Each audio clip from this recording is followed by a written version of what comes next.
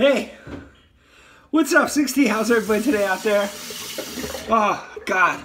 I'm in between buildings and like bored to death, and rewatched some of the B-60 posts and realized I've talked a lot about what I think about some things are and how some things should be, and hopefully I've been able to give you something to think about. Certainly no advice, don't blame that shit on me, but certainly something to think about on how I feel about a lot of things in the world.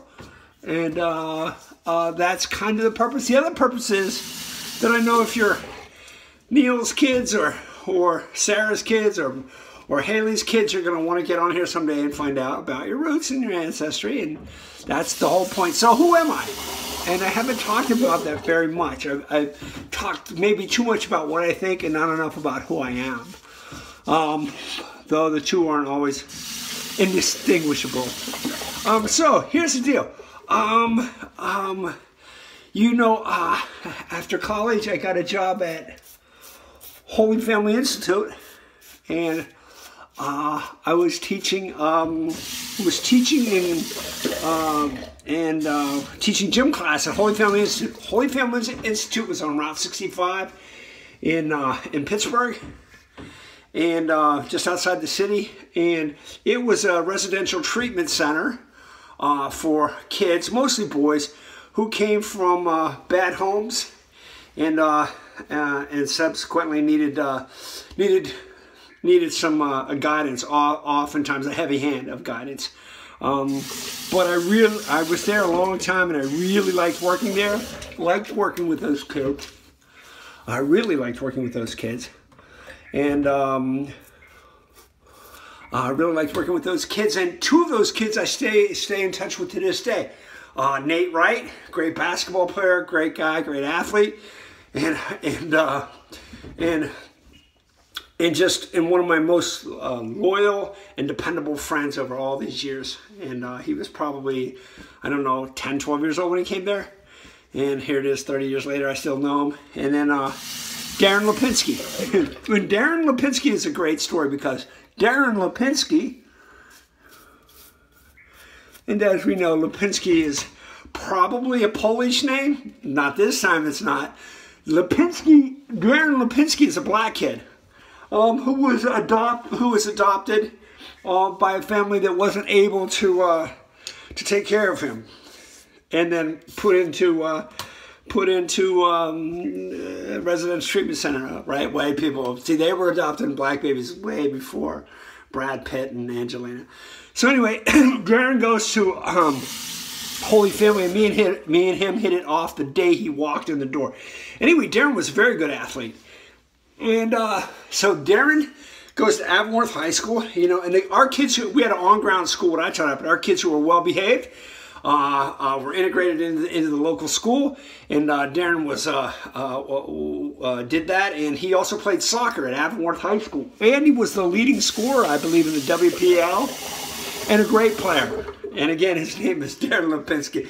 So I can see two old guys, two old immigrants at the Polish Falcons Club in Pittsburgh, watching Sports Center, and one of them's reading the newspaper, and the one says, Stash, this American football, it's for pussies. I don't like it, man. I don't understand. Throw the ball, kick the ball, you don't know, it's not football. So his buddy Paul's reading the newspaper and says, well, let's go see this Lipinski boy play soccer. He's from the old country. So Stash and Paul go see Darren Lipinski play, and Darren has 2 or 3 goals, and he's got number 21 and his name on the back of his jersey. Stash says, hey, number 21, hey, play Jay, couldn't you? Hey, you have wrong jersey on. There's something wrong. It's funny. Now give jersey away.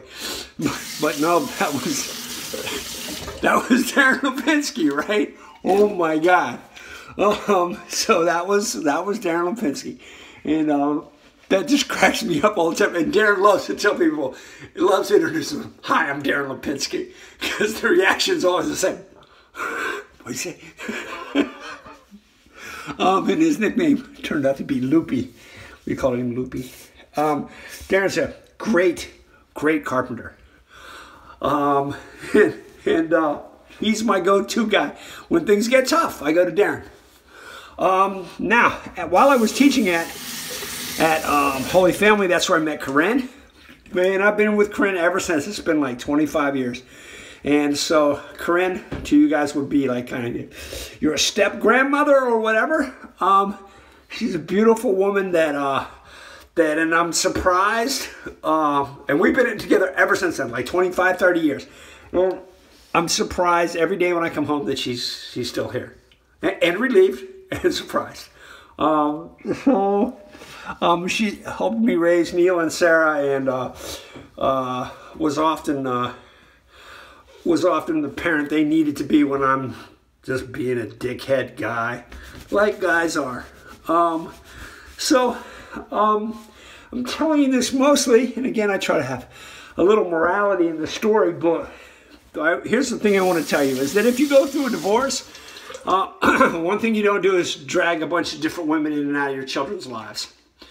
If you want to do that once you're an older guy and the kids are gone, that's a different story. But while your children are children, if you go through a divorce, don't drag women in and out of the kids' lives. It's not okay for them to take 6 months, 6 months to learn to like someone, and then you decide you don't like that someone. Then your kids suffer that same sense of loss again.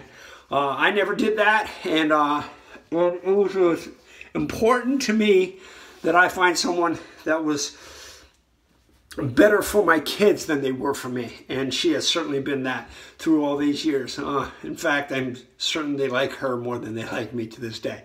So please give that some thought if you're ever, a single parent and you're serious about seeing another guy or another girl.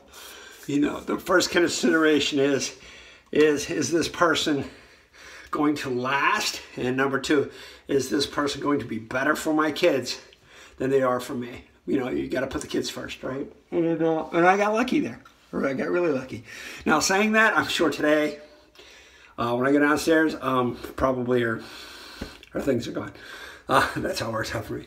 So everybody out there, peace, B-60.